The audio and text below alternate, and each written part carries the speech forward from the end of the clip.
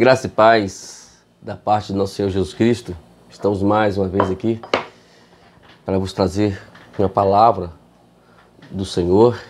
E hoje estamos começando uma série de mensagens referente à parte escatológica da Bíblia, a volta do Senhor Jesus. Eu queria que foi isso que preocupou os discípulos quando ele foi para o céu. Mas uma coisa que deixou eles tranquilos é que o anjo falou assim: olha, da mesma forma que você viste subir, e também vocês vão ver ele também descer.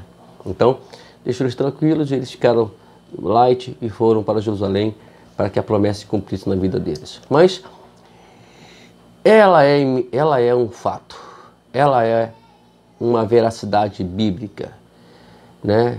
Então, temos que crer nisso, crer que a Bíblia ela é verdade. Então, algumas coisas, muitas delas, Jesus, ele deixou claro que seria uma forma de dizer e dar os sinais. Então vamos lá. Eu quero ler antes de tudo, Lucas, capítulo 21, a partir do versículo 5 e versículo 5. Vamos lá, vamos ler. Falaram alguns a respeito do templo, como estava ornado de belas pedras e de dádivas. Então disse Jesus: vede essas coisas? Dias virão em que não ficarão pedra sobre pedra, que não seja derribada. Perguntaram-lhe: mestre, quando sucederá isto? Que sinal haverá de quando essas coisas tiverem para se cumprir? Respondeu-lhe: vede que não sejais enganados, porque muitos virão em meu nome, dizendo eu sou, também chego a hora, não o sigais. Quando ouvirdes falar de guerras, revoluções, não vos assusteis, pois é necessário que primeiro aconteça essas coisas, mas o fim não será logo. Então lhes disse: levantar-se-á nação contra nação e reino contra reino. Haverá grandes terremotos, epidemias, fome, em vários lugares, coisas espantosas e também grandes sinais do céu.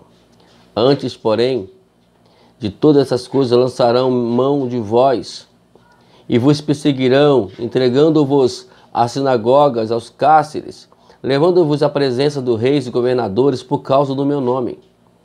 E isso vos acontecerá porque deis testemunho. Assentai, pois, em vosso coração de não vos preocupardes com o que haver de responder, porque eu vos darei boca e sabedoria, e que não poderão resistir e nem contradizer todos quantos se vos opuserem.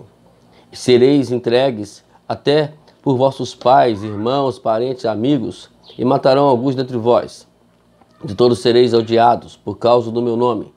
Contudo, não se perderá um só fio do cabelo da vossa cabeça, e é nessa vossa perseverança que ganhareis a vossa alma. Então está aqui um texto bem claro sobre Jesus dando alguns sinais do que iam acontecer, que a qual precederia a sua volta. Mas antes disso, de nós falarmos alguma coisinha hoje sobre isso, a gente vai ter muita coisa para falar ainda durante o tempo determinado, né? Não temos tempo para parar, mas Deus peço ao Senhor sabedoria, força, para podermos darmos sequência a um trabalho de um assunto tão importante para a igreja, principalmente. Bom, antes de nós falarmos isso, infelizmente, algumas pessoas tendem ainda a colocar a palavra Bíblia em xeque, dando aquele imagem que a Bíblia ela não é isso que quer dizer, e começa a colocar essas coisas em xeque para trazer confusão na mente das pessoas. Mas antes disso, eu queria trazer algumas coisas que a Bíblia... Tem muitas coisas, mas eu queria trazer 3 hoje, coisas que a Bíblia predisse, que a falou muitos anos e a qual aconteceu, para você dar a entender que tudo que ela fala, né, já aconteceu e algumas vão ainda acontecer, né? Então temos que colocar isso aí bem claro para você. Mas vamos lá. Primeiramente, a Bíblia fala sobre o nascimento de Jesus. Vamos lá. Em Miqueias, capítulo 5, no versículo 2, a Bíblia diz aonde Jesus nasceria. O impressionante é que aqui fala assim, ó: e tu, Belém Eufratas, pequena demais para figurar com grande milhares de Judá, e a ti sairá o que há de reinar Israel, e cujas origens são desde os tempos antigos e desde os dias da eternidade. Então aqui Miqueias está falando de Jesus. Mas aí você fala assim, mas Jesus nasceu, mas Jesus ele não é de Nazaré? Não, ele morou em Nazaré, mas ele nasceu em Belém. E tanto que ele sai de Nazaré, a Maria sai de Nazaré e vai para Belém, porque Deus, olha só a sabedoria de Deus, ele cria um recenseamento, né? E ali eles têm que ir para poder se inscrever lá em Belém, mas nesse percurso, Maria já estava grávida, ponto de dar luz. Jesus, ele nasce em Belém para cumprir a escritura e faz com que ele saia de Nazaré para que a palavra de Deus se cumpra. Então, estão vendo aí a veracidade da Bíblia. Então vamos nessa de querer, de maneira alguma, tirar essa verdade, e ela se cumpriu. Deus fez cumprir a promessa,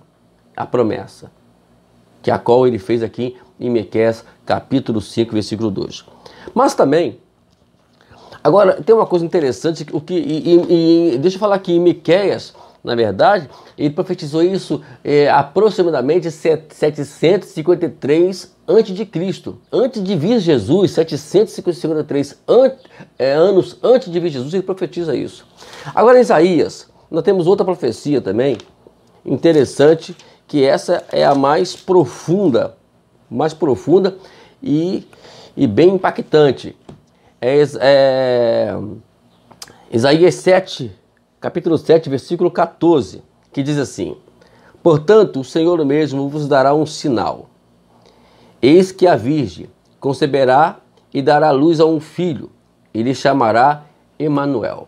Bom, essa palavra se cumpre lá no capítulo 1 de Mateus, e Jesus realmente nasce de uma virgem, né? Maria ainda estava noiva de José, e ela concebe a luz a Jesus ainda virgem, concebida pelo Espírito Santo, como foi anunciada pelo anjo. Então, vocês estão vendo? Isso foi profetizado 760 anos antes de nascer Jesus, antes que cumprisse a Escritura. Agora, temos também outro ponto muito importante que eu queria também trazer para vocês, para poder dar essa veracidade bíblica, para dar essa verdade que a Bíblia, quando ela fala, ela cumpre, né? Então, como disse, tem mais. Mas o tempo, eu quero hoje só falar algumas coisas somente. Capítulo 11 de Oséias, versículo 1, diz assim: quando Israel era menino, eu o amei, e do Egito chamei o meu filho. Aí entra outra questão, quando Herodes, ele intentou matar Jesus, e ele ainda bebezinho, o José é orientado para ir, pelo anjo, para ir para o Egito, né? Ele só volta do Egito e quando Herodes morre. Então, estamos aí a veracidade bíblica sobre essas questões todas. Estou trazendo elas para você aqui, é só para você entender que a Bíblia, que você não pode colocar a Bíblia em xeque. A Bíblia, ela é verdadeira. Temos que crer que ela não contém a palavra de Deus, ela é a palavra de Deus. É isso que devemos entender. E quando nós falamos da volta de Jesus, nós falamos podemos tocar em vários pontos, mas um dos pontos que estamos vivendo hoje, né, em meio a infelizmente, essa pandemia, que infelizmente tem matado muitas pessoas, que é o Covid-19, que é uma das pragas que a qual podemos ver aqui registrada no versículo 11, né, que haveria, né, aqui, ó, haverá grandes terremotos e epidemias, né? Então eu quero frisar algumas coisas aqui hoje. Mas antes disso, antes de nós falarmos sobre essas pragas todas, que vamos colocar algumas delas a presente aqui hoje, é o versículo 5 e versículo 6. Você vê que ela é verdade, que ela é palavra de Deus mesmo. E Jesus, ele olha para o templo, vendo toda ela ornamentada, toda ela bonita, e fala, e diz aqui no versículo 5 e 6, falaram alguns a respeito do templo, como estava ornado de belas pedras e de dádivas.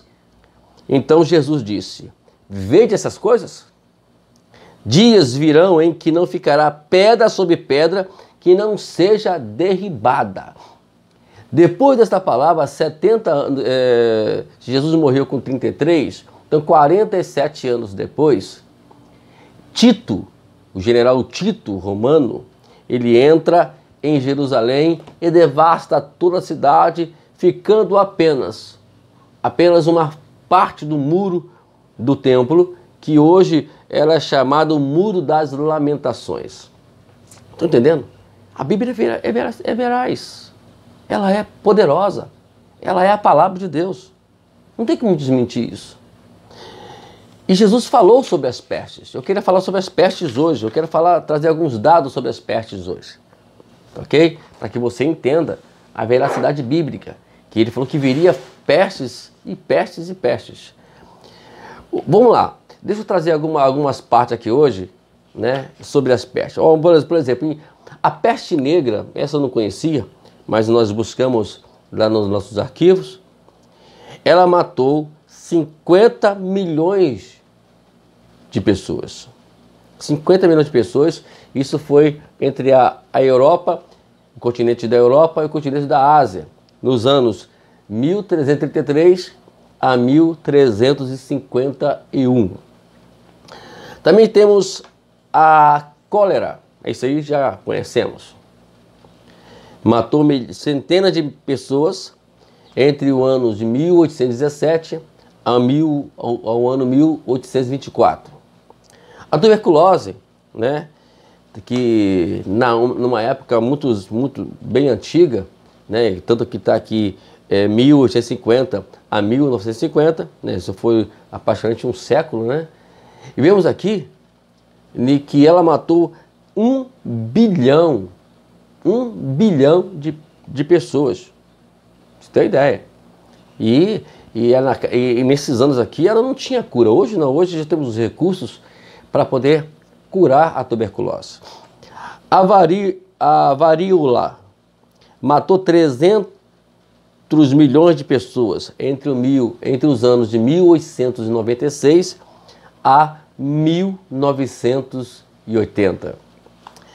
A gripe espanhola, do que você também já ouviu falar também, matou 20 milhões de pessoas de 1918 a 1919. A tifo, essa eu não conhecia, matou 3 milhões de pessoas na Europa Oriental e na Rússia entre os anos de 1918 a 1922. Essa todo mundo já conhece também, é a chamada, a conhecida e famosa febre amarela. Matou 30 mil mortos na Etiópia entre os anos de 1960 e 1962. Temos essa aqui, que todo mundo a maioria já teve já, sarampo. Matou 6 milhões de mortos, ou melhor, mata hoje 100 milhões de matou, né? Perdão, 6 milhões de mortos por ano. Até o ano de 1963 matou essas pessoas todas. A malária, que também é bem conhecida entre nós, 3 milhões de pessoas por ano, desde 1980. Ainda mata a malária. E temos também a conhecida AIDS, né, que veio do século XX, né? Foi a doença mais mais famosa do século XX, infelizmente. Matou 22 milhões de pessoas. E ela veio desde 1981, que foi a doença que teve muito origem às questões de sexualidade, de homossexualidade, né, da prostituição, tudo isso, ela se originou dali, ela se fez a sua contaminação, a maioria dos casos nesse modo. Hoje não, hoje se contamina em transfusão de sangue, mas ela veio ela veio por causa dessas situações todas que, segundo nós lemos lá no capítulo 12, no capítulo 24, perdão, no versículo 12, nós podemos ver aqui em Mateus, que fala um versículo bem conhecido entre nós também, que também tem muito a ver com o que está acontecendo hoje, no nosso mundo hoje. Mateus 24, versículo 12, diz assim: E por se multiplicar a iniquidade, o amor se esfriará de quase todos. Então, aí vem as consequências, né? O pecado vai se multiplicando, o mal vai crescendo e o amor vai se acabando. E por último agora, nós temos aí os dados aqui da Covid, também, que não tem nenhum ano, né, de Covid, e eu peguei os dados aqui de 14 dias, que já chegou no global todo de mortos, 1 bilhão e 560 mil e 117 pessoas. Vou repetir, 1 bilhão 560 mil e 117 pessoas já morreram da Covid-19. E eu ainda eu não coloquei os dados aqui de dengue, da Covid, da chikungunya, né, da gripe do frango e a outras mais, da HNI, né, também, 1, 2, né, eu não coloquei os dados deles ainda. É para que vocês entendam o quanto a Bíblia está se cumprindo. Jesus falou sobre isso. Eu quero hoje trazer esta palavra antes de nós entrarmos e abrangermos o assunto sobre escatologia. Eu quero que você entenda em primeira mão isso, que a Bíblia é verdade. E ontem eu vi um noticiário, ontem eu estava ouvindo um repórter e saiu outra notícia, né? De outro vídeo, agora é um fungus chamado Candida auris, né, que existe um paciente, né, que foi constatado que ele tem esse fungus. Ele está internado na UTI, no hospital lá da Bahia, e essa notícia veio, né, sobre essa pessoa no dia 7/12 de 2020 agora, né? E a história diz que a primeira pessoa que foi identificada com esse fungos foi em 2009, lá no Japão. Então, quer dizer, uma coisa que é bem antiga, ela já começando a entrar em evidência. E segundo a informação que passaram, ela contém um risco muito grande também, que pode levar muitos a óbito. Queridos, vamos entender. Vamos parar de colocar a Bíblia em xeque.